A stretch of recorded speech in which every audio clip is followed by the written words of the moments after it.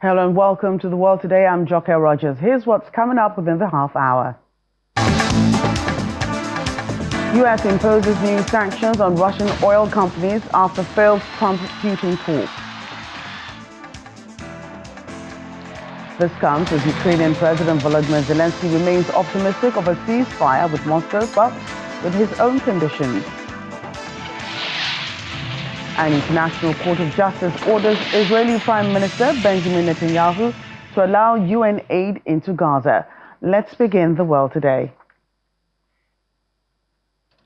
The United States has announced new sanctions targeting Russia's two largest oil companies in an effort to pressure Moscow to negotiate a peace deal in Ukraine.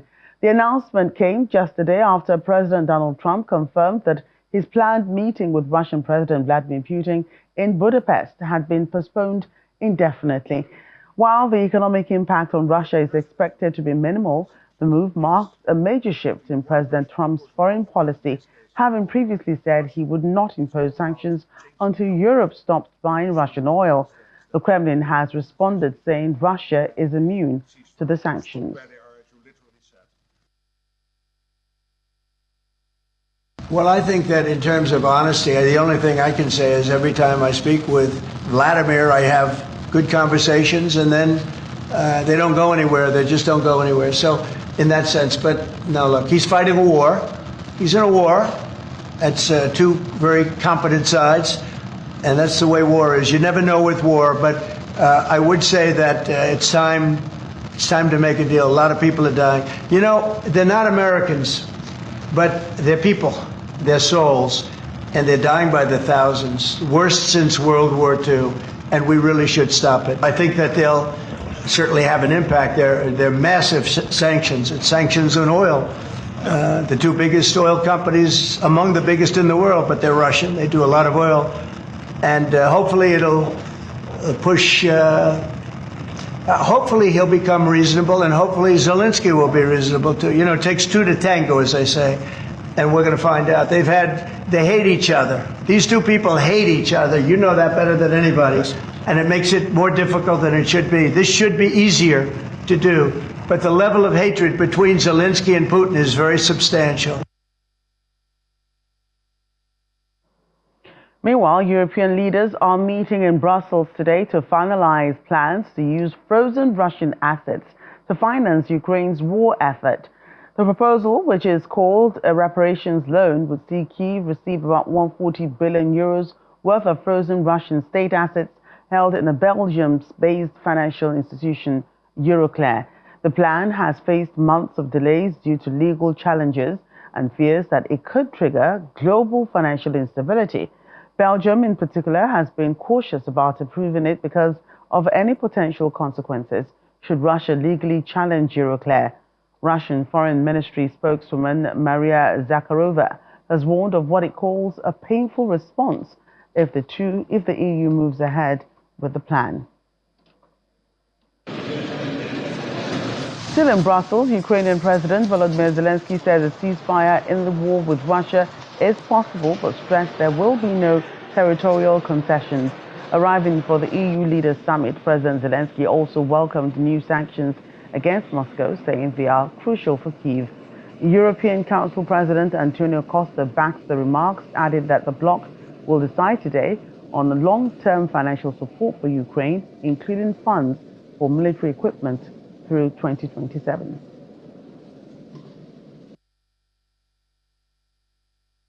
Today it goes together with the yesterday's decisions of President Trump on energy, also sanctions package. We waited for this. God bless, it will work. And this is very important. So I agree with you totally that Russia doesn't show that they want to stop this war. They attack us. You see, again, kindergartens, schools, just civilians, and they increase this pressure. It means that we have not only to defend with all Europe, with the United States together, we have to pressure on Putin. Stop this war. Pressure, it means sanctions packages, long-range air defense, and of course, financial support, about what we will speak together today. This is the main thing, that together. Thank you for this unity. Thank you for this support. I think that we will see. So I think that, of course, it's more tough sanctions on Russia.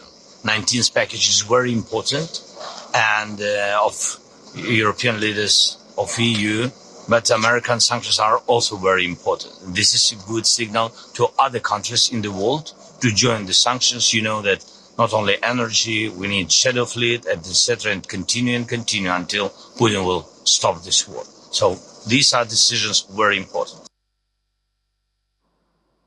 Well, many are asking if U.S. sanctions against Russia marks a new position in the Washington-Moscow relations. Joining us now is Charles Chukwunaru, an international affairs analyst, to help us unpack what's happening. He joins us from Alberta, Canada. Great to have you on the program today. Thank you very much. Thank you for having me. Right. So what do you make of this sudden shift, cancelling talks and now reimposing sanctions? Does this signal that the relationship between Trump and Putin is becoming strained? Well, when it comes to the U.S. president, one cannot take his words to the bank because they are neither here nor there. I'll rather judge him by his actions and not by his words. For instance, he asked the Iranians to come and negotiate in Europe. And then a couple of days later, he bombed the nuclear facilities in Iran, which for me was a strategic move, which of course was responsible for the fragile peace you have now in the between Israel and Palestine. Anyway, that's by the way. So he may say something tomorrow that's contrary to what he has said today, but suffice it to say that judging by his action, the sanctions against the two biggest oil companies in Russia is another strategic move. It's like bombing the nuclear facilities in Iran. I say so because the Rosneft or whatever, Rosneft accounts for about 40% of crude oil sales, production and sales in Russia, while Lukoil accounts for another 10%. So he has invariably targeted 50% of the Russian oil revenue. So whether it's going to strain the relationship between US and Russia, or the relationship between relationship between Putin and Trump. Mind you, Trump has elevated his personal relationship to that of state policy or state interest. So we have to differentiate between the interest of Donald Trump and the interest of the United States of America. His personal relationships and the international relations vis-a-vis US and Russia. So the relationship between US and Russia has been strained since after the Second World War. And you can hear what the former Russian President Dmitry Medvedev said, that US is their enemy. So the relationship between various past presidents of the United States of America, starting from George Bush, who said he looked into Putin's soul and saw a good guy, and then retracted shortly thereafter. Anyway, so let's so that we can take some other questions. Right. So we need to differentiate. We need to differentiate between the relationship between Trump and Putin, and the relationship between US and Russia, which has been strained since 1945. Right. So President Trump had earlier resisted imposing sanctions until Europe reduced its oil imports from Russia. So what do you think might have changed his position? Well, multiple factors. For me, the chief factor is the wife, Melania. You know, Melania Trump was born in the former Yugoslavia. The former Yugoslavia was one of the countries of the Warsaw Pact, which these countries were under the Iron Curtain. The countries under the Iron Curtain were the countries under the economic, social, and political influence of the former Soviet Union led by Russia. So they have tested the social, economic, and political model. I mean, Slovenia. Melania Trump is from Slovenia, and Slovenia is one of the countries that gained independence from Russian influence in 1991, just like Ukraine. And the Slovenians supporting Ukraine. So it is in the interest of Slovenia, where Melania Trump comes from, that Putin does not win. And Putin winning means the loss of independence for Ukraine. And if Ukraine goes, Latvia, Lithuania, Moldova, and Estonia will go, and others will follow. So Donald Trump said it categorically the other day that Putin's behavior is causing arguments between him and his wife, Melania. And of course, there are other factors, but for me, that is the most important factor. The other one is that there are 85 senators in the U.S. Senate who have signed for tough U.S. sanctions against Russia. They're just waiting for the president to take action. Otherwise, they will go ahead and pass the bill. And so there are other factors, but let's take other questions. But for me, these are the two key, because Trump is also, the U.S., by the way, the U.S. is solidly behind Ukraine. I'm not talking about Putin, I'm talking about the U.S. as a country. For you to get bipartisan support in the U.S. Senate is not easy. So there is, in fact, 80 signatories in the U.S. waiting to go, and their sanction will be harsher than what Trump has done. Trump has tried his best. I said it on this platform some months ago, that even if Donald Trump was or is a Russian asset, there is a limit to what he can do for Putin.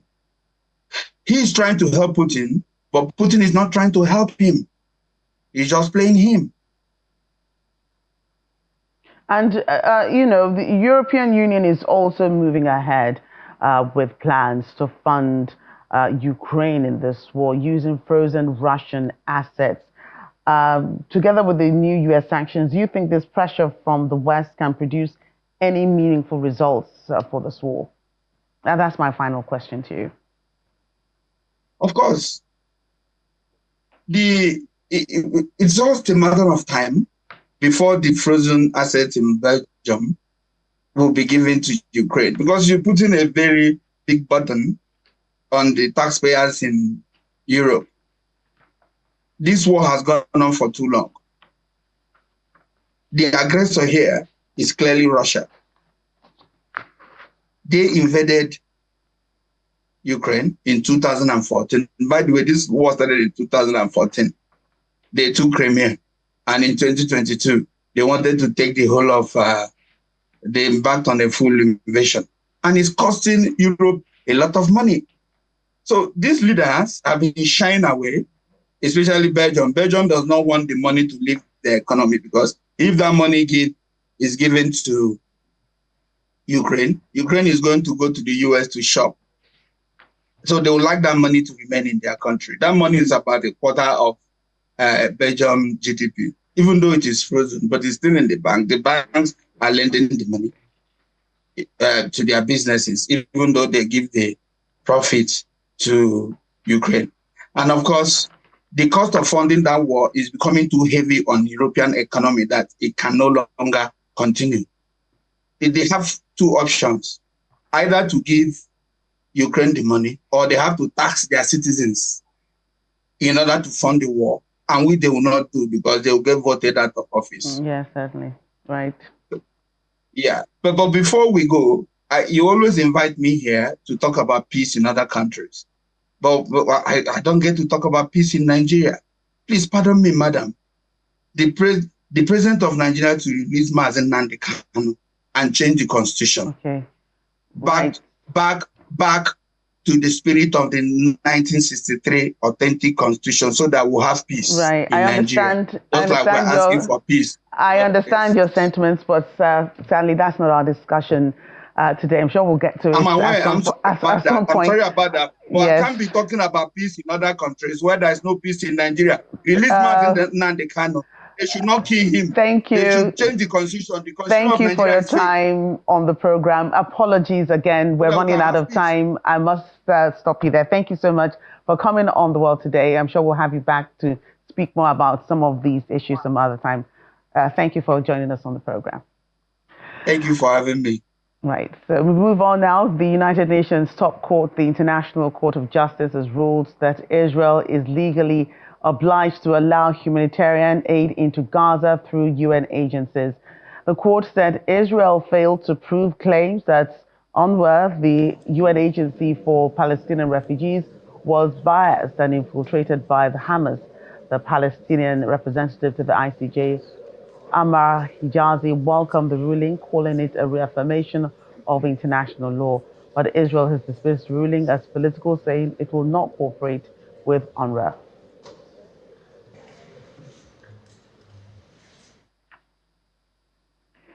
South African President Cyril Ramaphosa has suggested trade expansion with Indonesia as a mutually beneficial way of encouraging development between both countries. He made the comments at a joint press conference with his Indonesian counterpart, Prabowo Subianto, in Jakarta. Indonesia is delighted with the idea, highlighting the increasing role of trade between countries over the last years.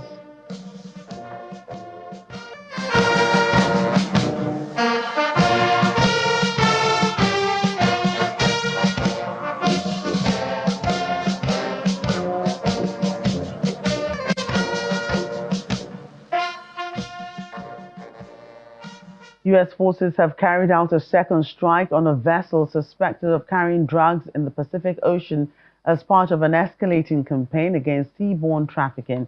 Defense Secretary Pete Hegseth says 3 people were killed in the strike, with no U.S. casualties reported. It comes a day after another U.S. strike on a boat in the Pacific killed 2 people. Both vessels were believed to be transporting drugs along known trafficking routes in international waters. The Pentagon says these are the 8th and 9th strikes on suspected drug boats since September the 2nd. UN Secretary General Antonio Guterres has warned that no country is safe from extreme weather events, urging governments to ensure every person on Earth is protected by early warning systems by 2027. Speaking in Geneva on Wednesday, Secretary General Guterres told the World Meteorological Organization that early warnings save lives and livelihoods. He said disaster mortality is 6 times lower in countries with effective warning systems, and that even 24 hours notice can cut damage by 30%. The impacts of climate change are accelerating. More extreme weather is destroying lives and livelihoods and eroding hard-won development gains. Yet, this is not only a moment of challenge, it is also a moment of profound opportunity to harness climate intelligence and technological advances to build a more resilient future for all. Reaching every community requires a surge in financing, but too many developing countries are blocked by limited fiscal space, slowing growth, crushing debt burdens, and growing systemic risks. One thing is already clear: we will not be able to contain the global warming below 1.5 degrees in the next few years. The overshooting is now inevitable, which means that we're going to have a period, bigger or smaller, with higher or lower intensity above 1.5 degrees in the years to come.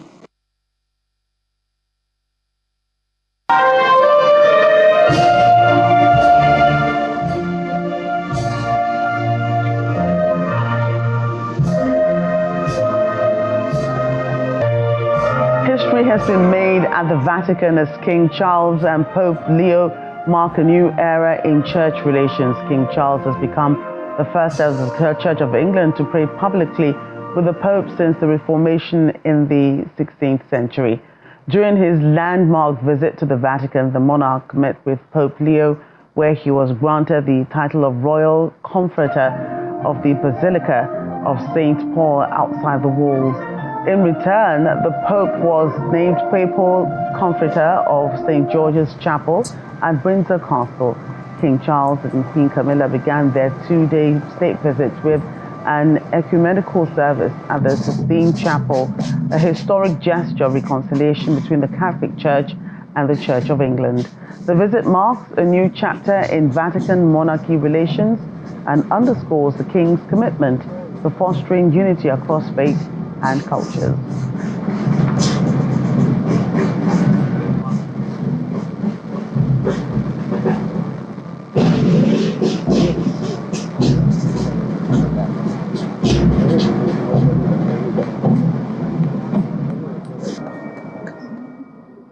That's our program today. Thank you for watching. I'm Joke Rogers.